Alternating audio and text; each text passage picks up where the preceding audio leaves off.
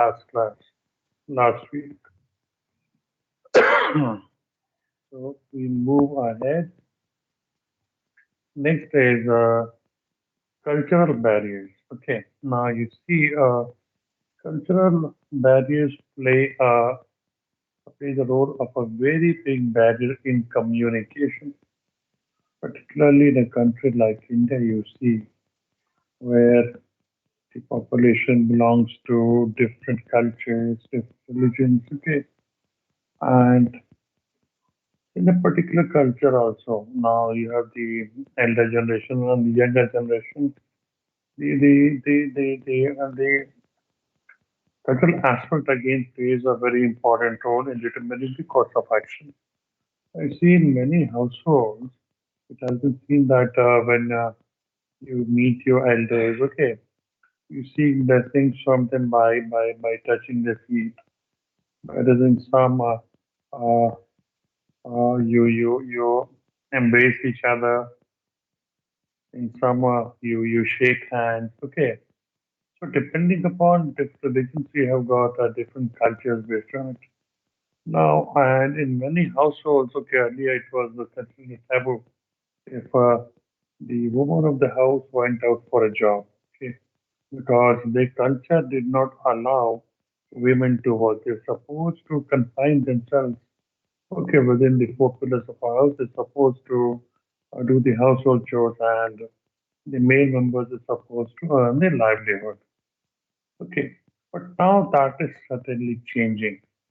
Earlier, what used to happen due to these things, there was a predominant barrier. Okay, and even today, you see when you go to the rural areas and villages. Okay, there are so many differences regarding the culture that we will even today in many villages. Okay, they cannot step out of the house to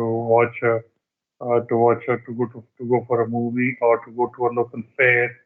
Okay, they're supposed to stay behind the doors of their house. So today, if this happens today in your work culture, in your work environment, what will happen? There is a huge barrier. Particularly, you see today what happens is that you might be posted to any part of the globe. Okay, or with the country itself, you might be relocated to any city, and it's supposed to adapt and adopt to that work culture. Otherwise, what will happen? You'll find it very difficult to perform, or even more difficult to survive. Okay, so many organizations today have a common ground. Okay, from where you are, where culture does not act as a barrier, because there you see they say that okay, you're not supposed to call everybody by their first name, or as you can refer to them by their surnames if you want to, because the ultimate aim is to get the work done. But if you go to any public sector and you're taking, okay, what's the work culture there? There you have got people reeking of babudam. Okay, but unless and until you say, sir, yeah, boss, kindly get my work done, or you seek proper attention, only then will the work get done. Otherwise, your work is kept in abeyance. So you see, barriers play a very important role. Okay, in defining how to get a work done. And most you see today, people are living in nuclear families. Okay, and the child from the young kid. Okay, they didn't have the chance of understanding the cultural values. Like I told you in my house, what happens is that every morning we touch the feet of our elders, seeing the things, and again our breakfast does not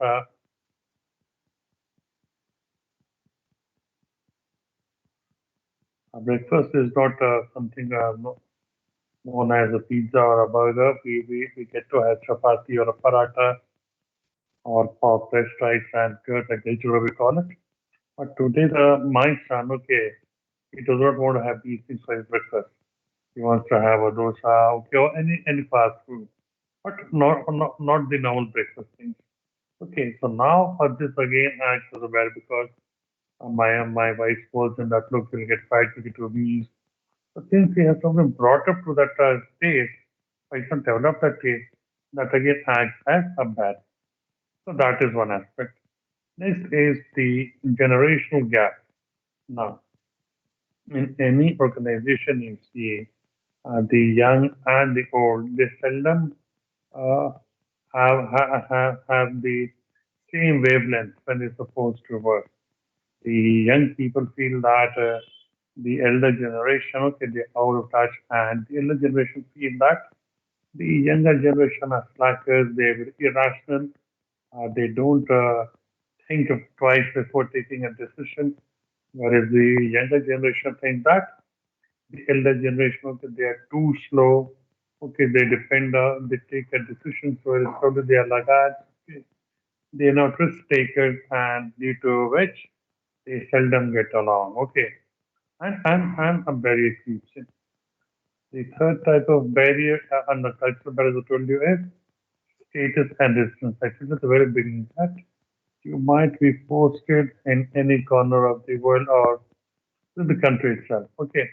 So now if you are used to working in a very flexible environment. Okay. And suddenly what happens that you have been relocated to a department where work moves on very slowly. You've got to seek permission for everything. What happens? You find it very difficult to perform. Okay, so people who are accustomed, okay, to more fluid environments where priority is given to your work or they're more result oriented, they might find themselves being stifled because they're going to constantly report to their boss and seek permission or beg for the work to get done. And then if they feel that, what the heck, why should I always go to my boss or to my senior and seek permission to get the work done? And that becomes again a bad communication. Okay, so workers who are accustomed to workplaces where seniority and status emphasize find it difficult to adapt to a more fluid environment and vice versa. Where job titles are de-emphasized and production methods not always follow a predetermined set of guidelines.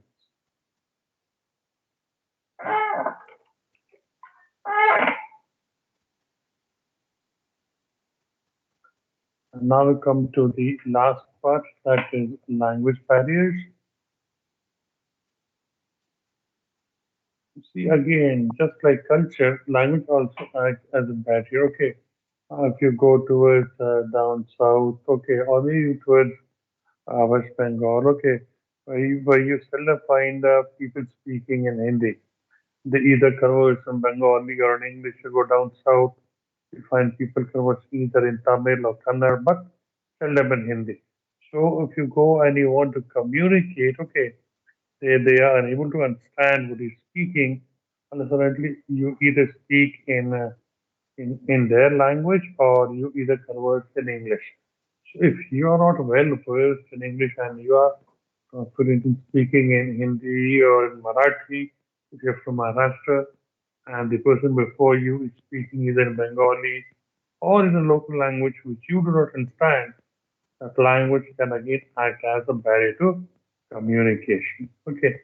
Similarly, within the organization also, if you use a lot of technical words or technical jargon, the workers might not be able to understand what you're trying to say or what you're trying to say.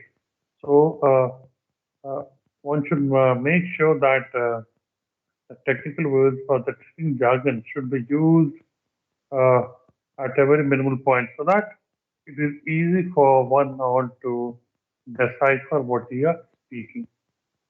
After not only the language, it's the way how you speak, that is the dialect. Okay. The dialects again act as how you use badly because people perceive differently what you're speaking, what you're trying to say. For example, you see For example, take the case of Bhojpuri. Okay, now this is spoken predominantly in Jharkhand, Bihar, okay, Banaras, and some more parts of UP. Fine. Now you see Bhojpuri, if you go towards Bihar, in some pockets, you'll find that it is spoken in a very sweet, the accent is very sweet, it's very polite. But if you go down towards Hara, okay, you'll find that when the person speaks to you, you'll feel threatened or intimidated because the way there in Hara, you speak the same dialect, Bhojpuri, okay, it is on a very stronger note. The pitch is very high, and you feel threatened that are you greeting the person? Are you threatening the person?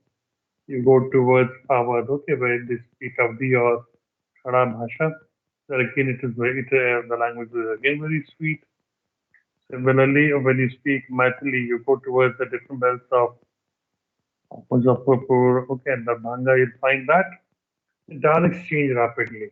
Okay, so dialects again, you see that the dialectal differences that you see can make communication between individuals very difficult. Okay, and just like I told you that Bhojpuri or Maithil, okay, when you talk about dialects on a global basis, you'll see that Chinese has got so many dialects. Okay, the Chinese language, look at the variety of dialects. Okay, which is Cantonese and Mandarin, and Cantonese and Mandarin are very difficult languages to learn. Forget about the dialects. Then comes the language disabilities. Now, the language disabilities you see are the physical impediments to language, like while you speak, you begin to stutter, you begin to stammer, okay, or you're unable to pronounce particular words. That means you're having the articulation problems. You cannot pronounce certain words properly. Okay, you're suffering from dysphonia, or you have hearing loss. That means you always hear on a very high note, otherwise, you're unable to hear.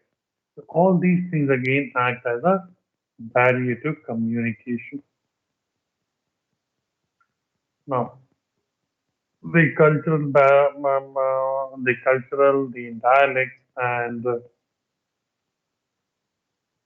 generation. Okay, they all based on our perception. So we have something called perceptual barriers. Perceptual barriers are written because the moment we interact with someone, what happens? We perceive everything about him that okay, when I interact with this person the first time, he spoke to me very politely. So he must be a very kind person. And you always go to him in times of trouble. You refer to the person, you meet him, you discuss with him. Similarly, if you find someone when you go to him or her, okay, they speak on a high baritone, you feel offended and you feel threatened, which might be just the opposite because that is the way the person speaks.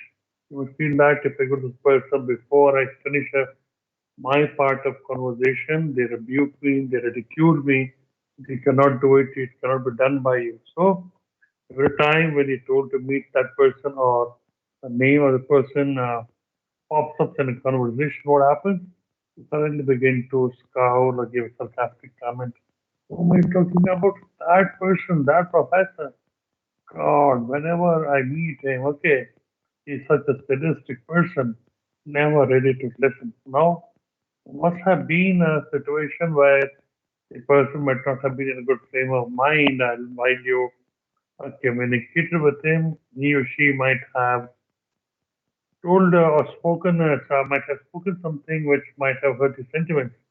And then he must have decided that, okay, this person is not a good person to talk to. And whenever the name pops up, you give sarcastic comments, you pass rude comments about that person. Because you have made a perception, you perceived that this person is not a nice person. Okay, so it says that perceptual barriers are internal And if you go into a situation thinking that the person you're talking to is going to understand or be interested in what you have to say, one may end up subconsciously sabotaging one's effort to make a point and would employ language which is sarcastic, dismissive, or even abuse, thereby alienating your conversational partner. And then the next one is perceptual filters. Okay, so again, just like perceptual barriers, we have some perceptual filters that we all have our preferences, our values, and attitudes. Okay, and we always perceive things the way we see it. Okay, we are very opinionated, and if the other person tries to give their opinion about the same thing, we have filter that no, no, my experience is better than yours, no matter whatever you say, I won't agree to it. Okay, and because of truly that, we see the world through our lenses, and based on what we see, we based on perceptions and we filter out the rest. That okay, what I see is correct, or what you see, what you say is absolutely wrong. So it says that we all have preferences, values, attitudes, origins, and life experiences, which act as filters on experience of people, events, and information. Seeing things through the lens of our own unique life experience or conditioning may lead to assumptions, stereotyping, and misunderstanding for others whose experience may differ from our own. That's what I told you that. Two people might look at the same thing, but they will have different opinions, different values, okay, about the thing, and they'll be adamant that what I saw, what I wrote is correct, but what the other person wrote or observed is absolutely wrong. Because I'm very judgmental and I'm decided that whatever I say is correct. Okay. Next is the last one part we're coming to miscellaneous barriers. What apart from the barriers that we've discussed? Okay, is premature evaluation of messing up. We always jump the gun. Okay, and why do we jump the gun? Because in the habit of expressing ourselves, of making ourselves, but we seldom want to listen to people. So if somebody is explaining something, we catch a few keywords and then we think, ah, whatever this person is speaking, I already know more than that there is to know. So before the person has finished his presentation or spoken their part, I have already perceived, already have made a mind that this is not for me or this was meant for the other person. So I evaluate the message before it has come to its timely end, and that will act as a big barrier to communication. So one should make it a habit to not prematurely evaluate or judge anyone or anything. Next is information overload. What is information overload? If we are searching for a particular piece of information and suddenly we are flooded with so many suggestions or so many inputs, okay, you don't know how to act and you are in a dilemma. Okay, as to which is the best option, which option you should go for. Okay, what happens?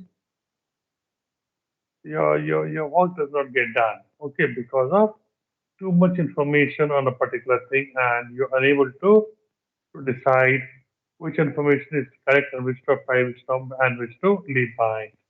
And that again becomes a barrier. So information overload. That means if you got too much information, okay, about a particular thing that might act as a barrier.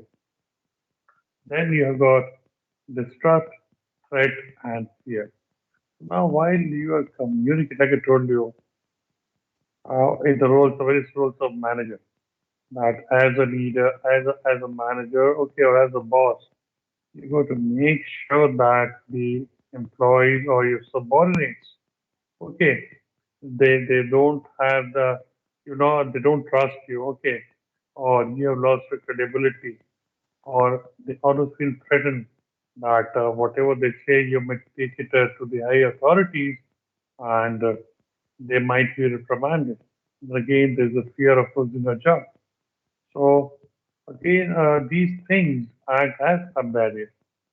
Less time for orientation and for adjustment to change. That means you've joined a particular organization and you're seldom given enough time to get to understand about the rules, the policies, the work cultures, the working conditions. Okay, all said and done, you're not given time to adjust in a new work climate. That will again act as a, or rather than again act as a barrier to communication. Next is emotional reaction. How you react to a particular thing might act as a barrier.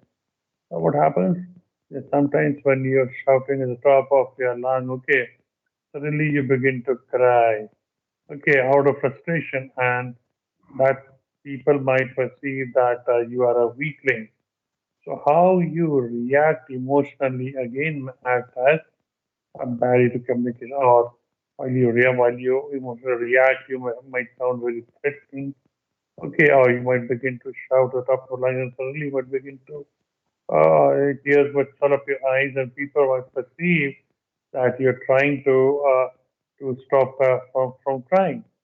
Okay, so your emotional outbursts that also might act against you, and that might act as a barrier to communication. And you see, regarding your attitudes and your perceptions, one should, or for that matter, for everything, for outlook or for the uh, common outlook in life, you need to be flexible in your attitude and not rigid. Because if you're always rigid to everything, okay, whatever stand is taken, you're not open. What will happen is that people will not come to you, and you sometimes find that you're in isolation. People don't want to work with you. They don't want to work under you because of your attitude. So these are the different barriers to communication. Now, how to remove it? Now, the common remedies are that the information or communication should be shared or be sent to only those people who require them. Okay. And the second is that information overload. Okay. If you're talking about information overload, how can that be removed? You need to concentrate or emphasize only on the main ideas and not on all the ideas or not on all the aspects of communication. Okay, so what the third point says that if there's an information overload, delete unwanted ideas. Some ideas you might feel is that people have given for the sake of giving advice. So you need to delete it. Always maintain transparency in policy matters. So your work climate should be open. Okay, whatever you state, whatever you write, has got to be very transparent so that people, your employees, they can trust you. They don't fear for the job. Ensure clarity in message and look for a genuine feedback. But to do that, avoid verbosity. Don't use technical jargon unless it is absolutely essential. And always try to get a genuine feedback from the respondent. Understand others' emotions. So you see, all succumb to the emotions. So if somebody is late or has not been or not performing or has been performing, before coming to a decision, you need to get into the shoes and think like him and her and to understand what must have happened. This person is reacting in such a manner. And last, understand the other's cultures and language variations and use the appropriate variety in the given context. So I said that it's not communication is not a one-way traffic. Where only the boss is correct. Even the boss has got to make sure that he can, he or she can adjust to the cultural language or language variations of its subordinates or colleagues. And that way, the barriers can be removed. And with this, your first module gets done.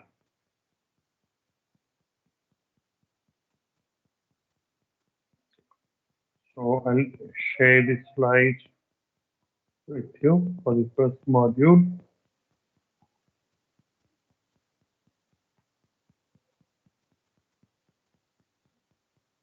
Is the screen visible to all of you? Yes, sir. So this is module one.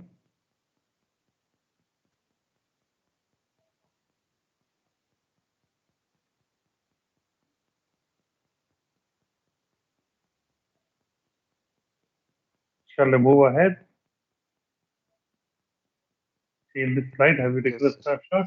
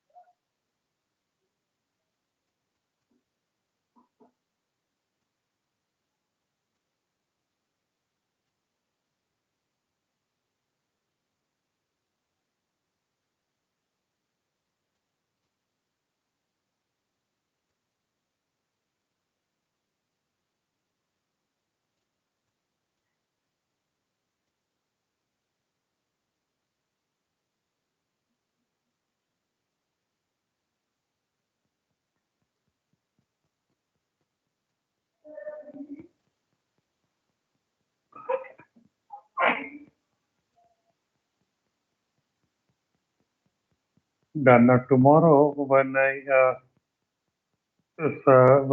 you come for the quiz, okay, you first need to join for the class so that I can take your attendance. The quiz will load on a platform around. We have a class tomorrow for 12, so it will upload itself at around 12:05. So don't directly appear start giving the quiz. because that's why I want to be able to take your attendance. So first join for class and then you can leave and attempt the quiz. Is this clear to all of you?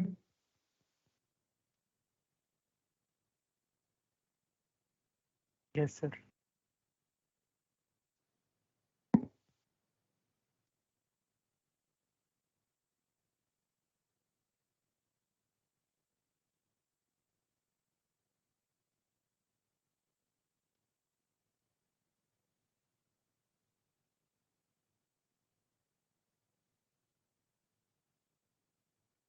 You're relieved and thank you.